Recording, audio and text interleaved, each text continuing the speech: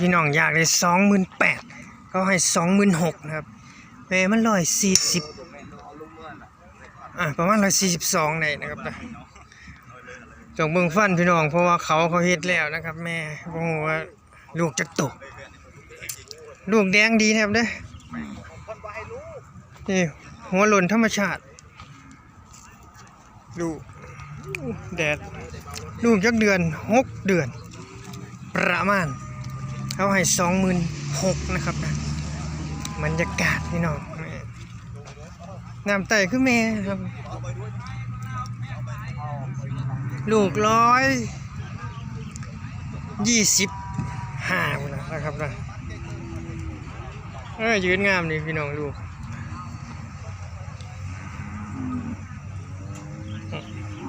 ในบางท่าเห็นนิดใน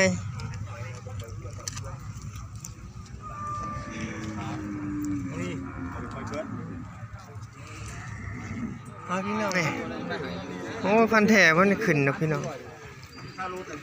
สีแดงดีเลยครับเมื่อเพิ่นขายเท่าไหร่มือแน่นิดหน่อย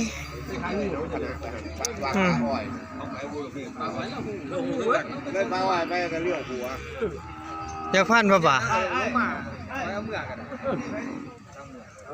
เป็นชื่อจะพัน10,000เท่าไหร่10,000พอดีป่ะ10,000พอดี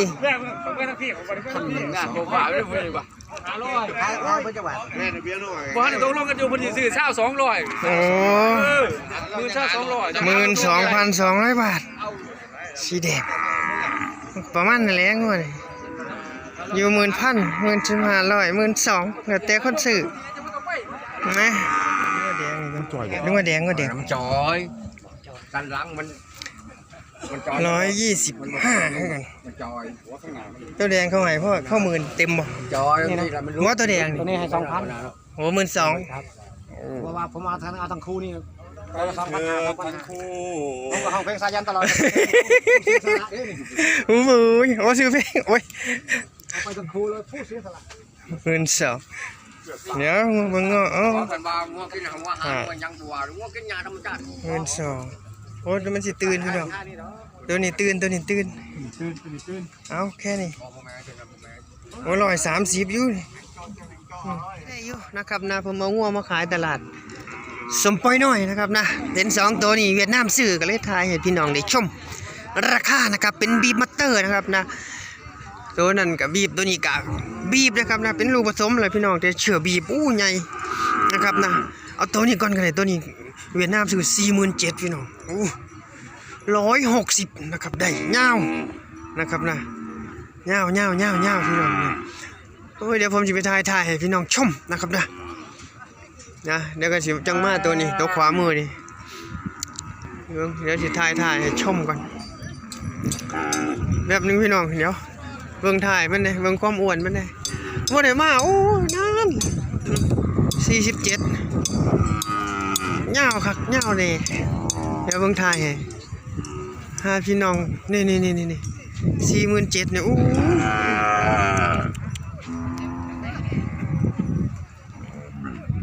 ส่วนตัวนั้น25,000เวียดซื้อหัวนี่160นะเลยบวกลบนะบ่เกิน 2-3 เส้นทั้งหัวสำหรับตัว25,000 2หลัก2นะพี่น้องบ่แม่นหลัก3เด้เบิ่งดีๆนี่ตัวนี้หลัก2นี่160มีนะครับนะ25,000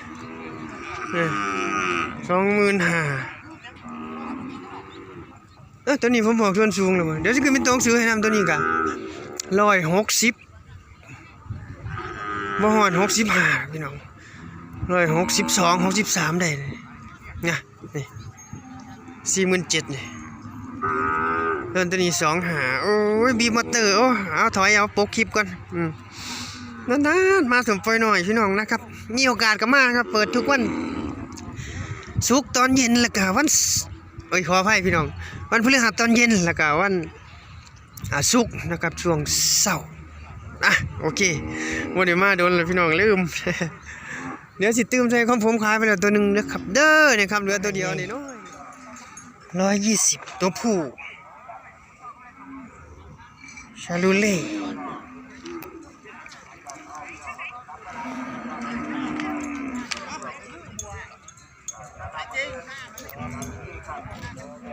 7,000 บาท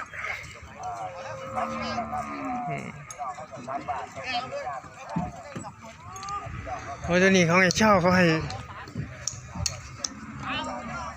135โอ้ได้13,000ยังบ่เช่าได้13,000อยู่มัน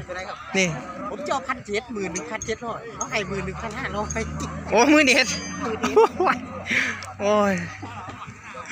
เจ้า11,700เขาให้11,500 โอ้ยเอา11,700ขากันอยู่200เองเดิน กัน200 โอ้11,500 103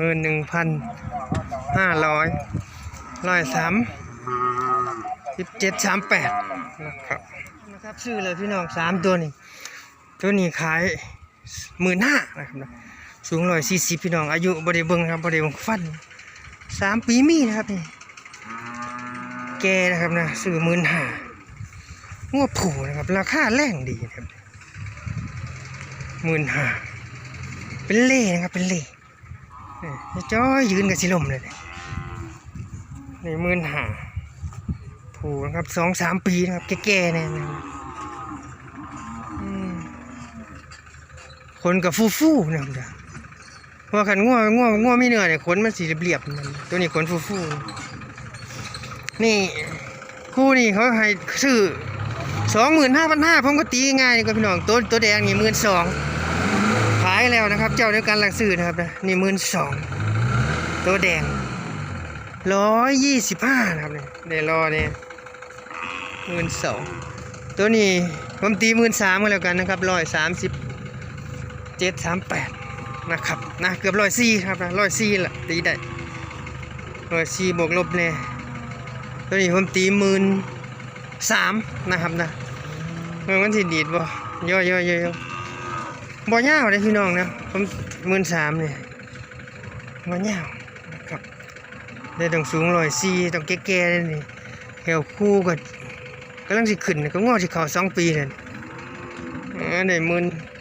ผมตี13,000มาเลยกันคู่นี้25,500พุ่นละนะครับนิดหน่อยๆนะพี่น้องเด้อขอโทษขออภัยเดี๋ยวคุณเป็นต้องซื้อให้นำนะคู่นี้